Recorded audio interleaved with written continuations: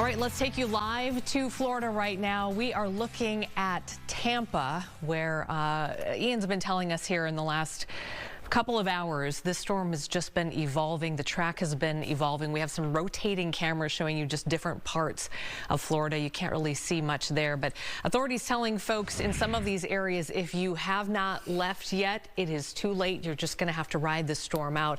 As Ian just showed us a couple of minutes ago, that hurricane now headed for the greater Tampa Bay area.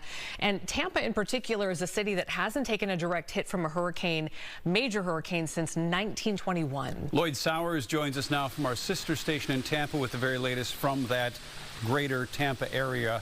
I know you're starting to see some of those effects, Lloyd. Bring us up to speed. Yeah, for sure. Yeah, officials have said, look, wherever you're hearing my voice right now is where you're going to be. In other words, we don't want you out on the street. It's too late to evacuate. Wherever you are, that's where you're going to be for this storm. Some people have made the decision to stay in their homes. Perhaps they think their homes are high enough, and some are. Others have gone out of the state. There's a whole bunch of Floridians in Georgia right now, okay? Other people, thousands of people, are in shelters. So people are where they're going to be. Let's show you what we've been dealing with today. This was hours earlier, a breakout of tornadoes. This one in Palm Beach County, or the Indian Town area in western Palm Beach County, ranches and farms over in that area. But then, you know, all day long, when this storm is still hours and hours from landfall, Plymouth Harbor and Sarasota blowing all day long in advance of this storm, packing all of these winds with a lot of rain, a very wet storm, and a big storm surge predicted. We talked to Sarasota County's Emergency Management Director. Here's what she had to say. That water is incredibly powerful, and it is going to move across barrier islands. It's going to reach the mainland area, and it will go inland for multiple miles. So that is why we've called for these larger evacuations for this event. Yeah, it'll go inland for many miles, she said, all the way across the state, as a matter of fact. I mean, there are places like Lakeland and Orlando and Daytona Beach that are going to get a foot of rain out of this as we come back out live here in Tampa. And Corey Beckman shows you the palm trees over there. This is West Kennedy Boulevard, one of the main thoroughfares in front of our TV station. Not a car on the road. It is like a ghost town here. You better be where you're going to be.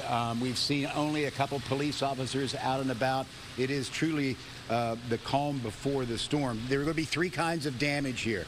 There is going to be flooding, freshwater flooding from the sky. Rivers are going to crest with a foot to 2 feet of rain.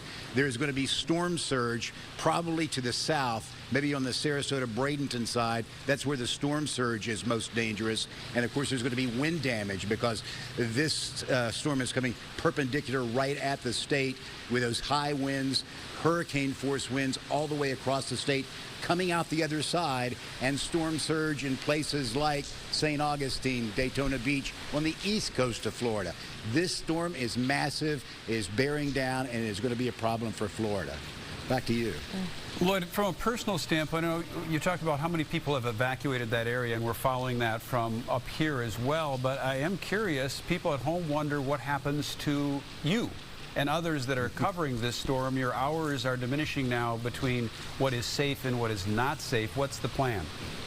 Yeah, well, my family is evacuated. I left my home, and I told the photographer I'm working with, Corey Beckman, that it's a funny feeling to close your home for the last time, knowing that you won't see it until this is over, and you wonder what your home will look like. I'm fortunate. I'm a good elevation. I'm at 14 feet in the city of Tampa. I am now a resident of our TV station, along with about 40 or 50 of my closest friends and work colleagues. We have bunks, we have generator, and so we are here and we are awaiting Milton, and it's not a good feeling. It really isn't. Well, be safe. We think about you guys often down there going through this kind of thing, so be safe. Sure, thank you. Thank you, Lloyd. Appreciate that. It's hardcore. surreal. When you hear it, like, you know, you close the door, you don't know what you'll be going back to. That television station, that's Fox 13, that's on Kennedy Boulevard, that's 4 blocks away from my daughter's apartment. Obviously, she's gone. Safe now. Yeah, University of Tampa was evacuated back on Monday. She left on Monday as well. It's really hard when you think about the width and breadth of this storm. We start with 20 tornado touchdowns today. Now the heavy rain, the winds start to increase exponentially as that storm gets closer and closer to landfall. From where Lloyd is, as a crow flies, it's about 28 miles down towards Sarasota. That's starting to look more and more like possible landfall, and we've talked about that for the last 24 hours. So let's talk about this where it sits right now. It is a Category 3. Remember yesterday we talked about this. We knew that that number would go down. It is still a major hurricane with sustained winds at 120 miles per hour, and the direction is important here. For those of you who do direction by compass, for the better part of the day, it's been moving at about 35 degrees north, which put it on a direct collision path with Sarasota. Still northeast, still that same direction at around 15 miles per hour. So it's sped up from this morning to now. So that means landfall is a little earlier than we were talking about yesterday.